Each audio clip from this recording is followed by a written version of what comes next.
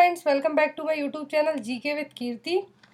मेरा नाम है कीर्ति। तो आज से हम स्टार्ट करेंगे इसी चैनल पर जनरल नॉलेज के जितने भी क्वेश्चन रहेंगे, जो स्पेशली आपका एनएचएम स्टाफ नर्स के लिए पेपर होने वाला है, लैब टेक्नीशियन एएनएम के लिए, और अपकमिंग सीएचओ एग्जाम में क्वेश्चन बहुत ही इंपॉर्टेंट रहेंगे। तो सभी लोग वीडियो को एंड तक जरूर देखें। और जो इस वीडियो में क्वेश्चन ऐड किए गए हैं वो प्रेजेंट में जो सीएचओ के एग्जाम हुए हैं अभी रिसेंट में 2020-21 में, उसमें आए हुए क्वेश्चन है। सो आई होप आपको वीडियो अच्छा लगे, वीडियो को एंड तक जरूर देखना। और अब इस चैनल पर डेली आपको एक वीडियो मिलेगा करंट अफेयर का और जनरल नॉलेज का, जो आपके अपकमिंग एग्जाम में बहुत अच्छे से आपकी हेल्प करेगा। और जो मेरा सेकंड चैनल है मेडिकल एंड नर्सेस सब, उस पर आपको नर्सिंग, फार्मासिस्ट और लैब टेक्नीशियन एएनएम के लिए बहुत सारे वीडियोज़ अवेलेबल हैं, तो आप वहाँ जाके चेक कर सकते हैं। तो यहाँ पर क्वेश्चन हिंदी इंग्लिश दोनों लैंग्वेज में, सो आई होप आपको कोई प्रॉब्लम नहीं होगी। तो यहाँ पर क्वेश्चन नंबर फर्स्ट है, हु लॉन्च द ऑपरेशन समुद्र सेतु। अभी रिसेंट में ऑपरेशन समुद्र सेतु का शुभारंभ किसने किया था? ऑप्शन है Indian army, Indian navy, Indian air force या फिर नीति आयोग। तो अभी रिसेंट में जो समुद्र सेतु का इनॉग्रेशन किया गया था, लॉन्च किया गया था समुद्र सेतु, सी ब्रिज जिसको हिंदी में हम कहें, सॉरी इंग्लिश में कहें सी ब्रिज, तो इसका शुभारंभ किया था किसने? इंडियन नेवी ने। 8 मई 2020 को फेज फर्स्ट लॉन्च की गई थी समुद्र सेतु की और सी ब्रिज की। किसने लॉन्च किया था इसको? इंडियन नेवी ने। तो जब बात यहाँ पर ऑप्शन में इंडियन आर्मी, नेवी, एयरफोर्स की जा रही है, तो आपको इन सभी के हेड कौन है प्रेजेंट में वो याद रखना है, आपसे एग्जाम में आ सकते हैं। तो इंडियन नेवी के जो चीफ हैं अभी रिसेंट में वो है admiral Karambir Singh. And army chief कौन है इंडियन नेवी के, आर्मी के? तो वो है मनोज मुकुंद नरवणे। तो आप एमएम नरवणे या फिर नरवणे भी याद रख सकते हैं। और जो नेवी के चीफ हैं करमबीर सिंह, इनका नाम आपको याद रखना है। इंडियन एयरफोर्स के चीफ कौन है अभी? तो वह राकेश कुमार सिंह भदौरिया। तो आपको जो तीनों सेनाएं हैं, जल सेना, थल सेना, वायुसेना, इनके जो चीफ हैं याद रखना है आपको। तो नेवी के चीफ कौन है? तो वो है एडमिरल करमबीर सिंह जल सेना के। एंड आर्मी चीफ कौन है? तो वो है मनोज मुकुंद नरवणे जो थल सेना है। एयरफोर्स चीफ मतलब कि वायुसेना के चीफ कौन है? राकेश कुमार सिंह भदौरिया। एंड बात करते हैं हम चीफ डिफेंस स्टाफ की। तो इंडिया में अभी चीफ डिफेंस स्टाफ हैं जो पहली बार बनाए गए थे 1 जनवरी 2020 को, जनरल बिपिन रावत। और आपसे ये भी पूछा जा सकता है कि इसके पहले कोई और सीडीएस रहे इंडिया के कि नहीं, तो वो कभी भी नहीं रहे। पहली बार इंडिया में चीफ डिफेंस स्टाफ का गठन किया गया था और अभी प्रेजेंट में सीडीएस इंडिया के general Bipin Rawat. Next question की बात करते हैं हम, question number second. Ananda is a digital application launched by which organisation recently. तो आनंदा हाल ही में किस संगठन द्वारा शुरू किया गया एक डिजिटल एप्लीकेशन है? तो आनंदा को किसने अभी लॉन्च किया है? ऑप्शन है एलआईसी, आरबीआई, सेबी या फिर 531। तो आनंदा को अभी रिसेंट में लॉन्च किया है, एक डिजिटल एप्लीकेशन है, तो इसको लॉन्च किया था एलआईसी ने, लाइफ इंश्योरेंस कॉर्पोरेशन कंपनी ने इसको लॉन्च किया था, जिसको हम हिंदी में कहें जीवन के साथ भी जीवन के बाद भी।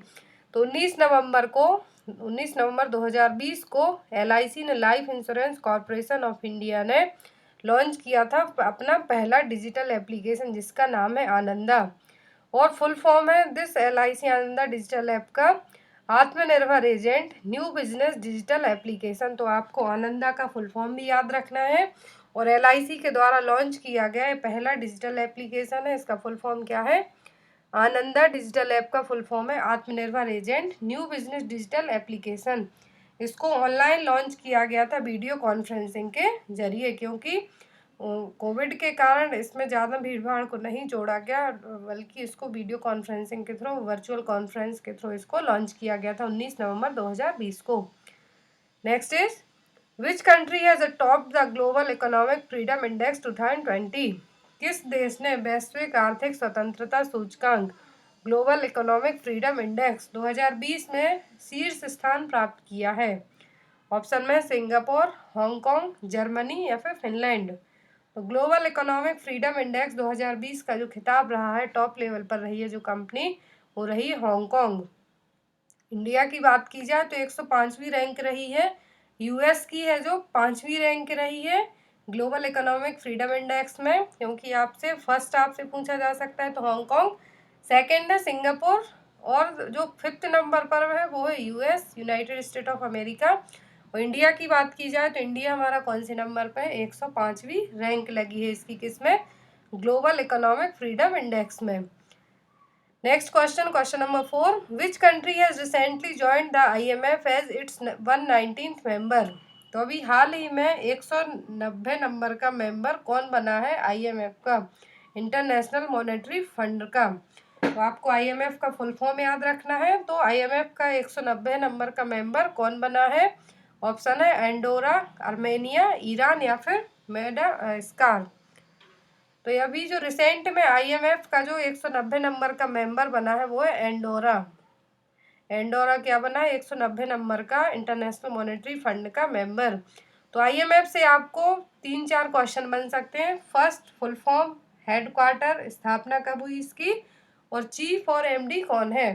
तो इंटरनेशनल मॉनेटरी फंड IMF, इसकी स्थापना हुई थी जुलाई 1945 में, 1945 में। हेडक्वार्टर वॉशिंगटन DC में है, और जो चीफ है वो है क्रिस्टेलिया जॉर्जिया। तो आपको ये 4 चीज़ें याद रखनी, IMF का फुल फॉर्म, हेडक्वार्टर, स्थापना, और हो सके तो आप इसका लोगो भी याद रखना, क्योंकि आपसे एग्जाम में पूछा जा सकता है जब आप नर्सिंग का एग्जाम दे रहे हो तो। Next is, which country hosted the 12th BRICS summit in 2020? किस देश ने 2020 में 12वें ब्रिक्स शिखर सम्मेलन की मेजबानी की थी? किस देश ने 2020 में 12वें नंबर का जो ब्रिक्स समिट हुआ था, 12th ब्रिक्स समिट, इसकी मेजबानी की थी, होस्ट किया था? ऑप्शन है रसिया, इंडिया, साउथ अफ्रीका या फिर नेपाल। तो 12th ब्रिक्स समिट 2020 की मेजबानी और होस्टिंग की थी किसने? रसिया ने, जो कि वर्चुअल कॉन्फ्रेंस के थ्रू हुआ था। 17 नवंबर 2020 को 12th ब्रिक्स समिट हुआ था, वर्चुअली होस्ट किया गया था रसिया के द्वारा। और इस साल इसकी थीम रखी गई थी 2020 में, वो थी global stability, shared security and innovate growth. तो आपको ब्रिक्स समिट की 2020 की जो 12वें नंबर का ब्रिक्स समिट हुआ था, किसने होस्ट किया था? होस्ट किया था रसिया ने। और कब होस्ट किया था? 17 नवंबर 2020 को वाया वर्चुअल कॉन्फ्रेंस के थ्रू होस्ट किया गया था। और इसकी जो थीम थी 2020 में वो थी global stability, shared security and innovative growth. Next question number 6 है, the ministry of housing and urban affair MOHUA has partnered with which food tech company to take street vendor online?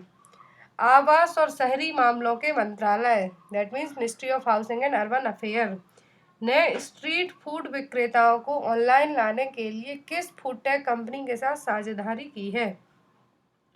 तो ministry of housing and urban affair ने अभी recent में जो food tech company का नाम पूछा है, तो यहाँ पर ऑप्शन में जितनी भी फूड टेक कंपनी है वो दी है, स्विगी, जोमेटो, उबर ईट्स और फूड पांडा, जिनसे हम खाना ऑनलाइन ऑर्डर करके अपने घर मंगवाते हैं।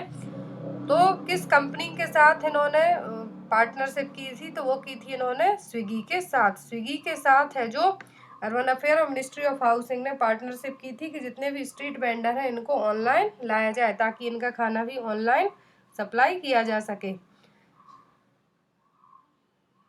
और जो यहाँ पर स्विगी के साथ जो पार्टनरशिप की थी, ये किस जो स्कीम थी उसके तहत की गई थी? तो ये थी prime minister street vendor Atmanirbhar Nidhi, PM Svanidhi scheme है, उसके तहत इसके लिए ministry of housing and urban affair ने स्विगी के साथ पार्टनरशिप की थी कि जो भी स्ट्रीट फूड वेंडर हैं इनको भी ई-कॉमर्स प्लेटफॉर्म प्रोवाइड करवाया जा सके। Next question number 7, India's first sandalwood museum has been unveiled in which city? Bharat के पहले चंदन संग्रहालय का अनावरण किस शहर में किया गया है? इंडिया का पहला चंदन संग्रहालय किस शहर में बना है? ऑप्शन है मैसूर, हैदराबाद, चेन्नई एंड भुवनेश्वर।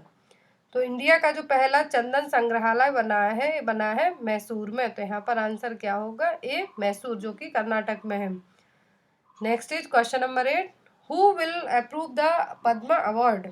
तो पद्मा अवार्ड का क्वेश्चन मैंने यहाँ पर इसलिए रखा है क्योंकि रिसेंट में 26 जनवरी 2021 को बहुत सारे पद्म भूषण, पद्मा अवार्ड को है जो दिया गया है बहुत सारे लोगों को। तो पद्मा अवार्ड को कौन अप्रूव करता है? पद्मा अवार्ड अप्रूव करवाता है कौन? प्रेसिडेंट, जो हमारे राष्ट्रपति हैं वो इसको अप्रूव करवाते हैं। तो यहाँ पर आपको याद रखना है कि कितने पद्म पुरस्कारों को मंजूरी दी गई है। तो 2021 में राष्ट्रपति ने, इंडिया के प्रेसिडेंट ने, जो रामनाथ कोविंद हैं, उन्होंने 119 पद्म पुरस्कारों को मंजूरी दी है। तो 7, जिसमें से 7 पद्म विभूषण, 10 पद्म भूषण और 110 पद्मश्री पुरस्कार हैं। और इनमें जीतने वाली महिलाओं की संख्या पूछी जाती है तो 29 है। विदेशी NRI हैं जो 10 लोग हैं। और जिन लोगों को मृत्यु के बाद है जो पद्म विभूषण या फिर जो अवार्ड दिया गया है वो क्या है, एक मृत्यु के बाद है और एक ट्रांसजेंडर भी इसमें सम्मिलित है, ट्रांसजेंडर जिनको मिला है। और आपको सबसे अच्छी बात इस क्वेश्चन में याद रखनी है कि जो 2021 में पब्लिक अफेयर अवार्ड, जो बिहार पब्लिक अफेयर अवार्ड है, किसको मिला है, वो मिला है रामविलास पासवान को, जिनकी रिसेंट में डेथ हो गई थी, उनको ये दिया गया है। Next question, question number 9, how much fund are allocated for the health and wellbeing sector in the union budget 2020-22। तो अभी 2021-22 में रिसेंट में जनवरी के एंड में है जो यूनियन बजट पेश किया गया है, तो उसमें हेल्थ एंड वेलनेस सेक्टर के लिए कितना बजट है जो आवंटित किया गया है, अलॉकेट हुआ है। ऑप्शन में है 2,23,08,46 करोड़, 2,87,00,000 करोड़, 1,97,000 करोड़ या फिर 1,10,000 करोड़।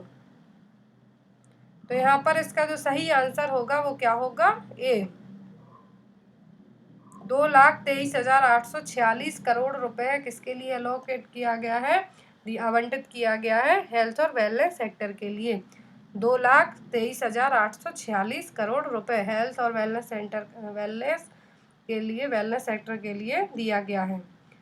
तो यहाँ पे आपको याद रखना है कि जो बजट पेश किया गया है तो इसमें क्या किया गया है, इस बजट के साथ साथ अलग से 35,000 करोड़ रुपए बजट है जो कोविड-19 वैक्सीन के लिए भी लाया गया है। तो आपको ये भी याद रखना है कि 3 प्रमुख क्षेत्रों को मजबूत करने के लिए वर्ष 2021 और 22 में स्वास्थ्य और वेलनेस के लिए 2,23,846 करोड़ रुपए जो बजट पेश दिया गया है। तो इसके अलावा भी हेल्थ के सेक्टर में बजट को ऐड किया गया है, तो वो दिया गया है कोविड-19 वैक्सीनेशन के लिए 35,000 करोड़।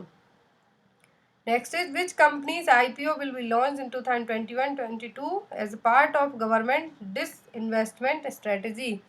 सरकार की विनिवेश रणनीति के तहत 2021-22 में किस कंपनी का IPO लॉन्च किया गया है।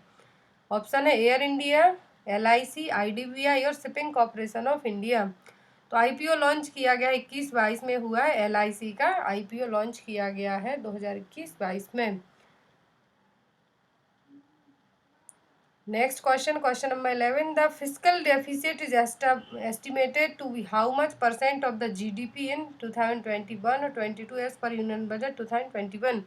राजकोषीय घाटे का अनुमान, एस्टिमेटेड राजकोषीय जो घाटा है उसका अनुमान लगा के केंद्रीय बजट के 2021 के अनुसार 21-22 में सकल घरेलू उत्पाद का कितना प्रतिशत है, GDP कितना % रहेगा।